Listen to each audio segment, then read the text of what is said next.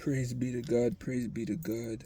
I had a quick message I wanted to share today, and some very bad news I received at the end of my day. It was that one of my coworkers passed away, and it was a complete shock because death is not something we're accustomed to in our personal lives.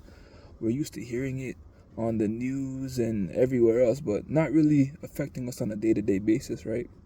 So the last time I see my coworker, I'll call him Michael for short, it was like Tuesday. And it's ironic because my other coworker had bought a bottle, like a champagne bottle, not non-alcoholic, for us to celebrate a couple weeks ago. But I never ended up getting the cups to for us to use until like today. So he comes in the office, whatever, and he's like, "Yo, Michael just passed away," and we're all there ready to celebrate, just having the end of the week or whatever, just having a good time. And we're like, Michael passed away. We're like, what just happened, bro? So it turned from a moment of joy into a moment of mourning and sorrow. It's a tough situation to go through. And it really made me reflect on like life in general, because I've been listening to a lot more sermons and stuff. And I was listening to Carter Collin, and one of the messages he was preaching is that we may not have 100 tomorrows. We may not have 1,000 more tomorrows to go.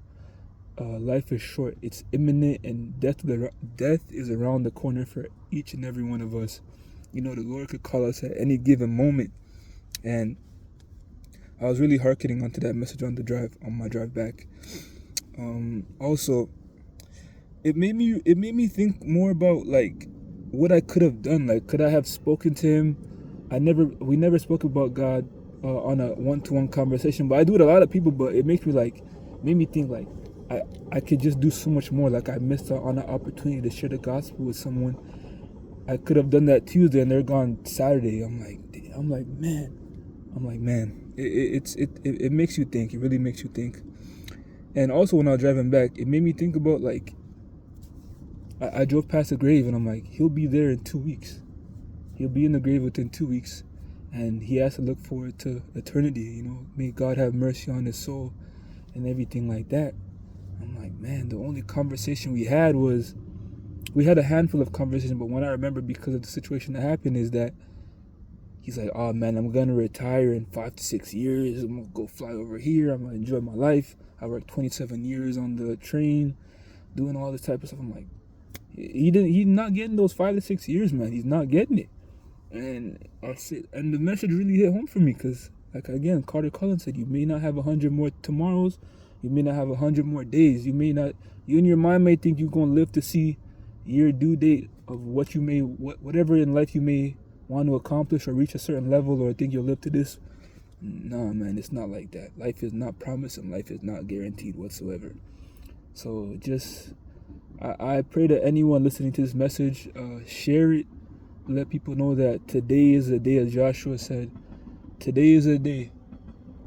Me and my house will choose the Lord. Choose this day whom you will serve. And I choose the Lord. I choose Jesus Christ. And for me, reflecting on this situation, I'm going to preach more. I'm going to speak about God more. And just do as much as I can, because you never know whose life you could touch before it's over. And that's really my message. I pray for each and every one of you. God bless us all. May we remain in the Lord. May we pray daily and stay strong in the Lord. And that's my message. God bless.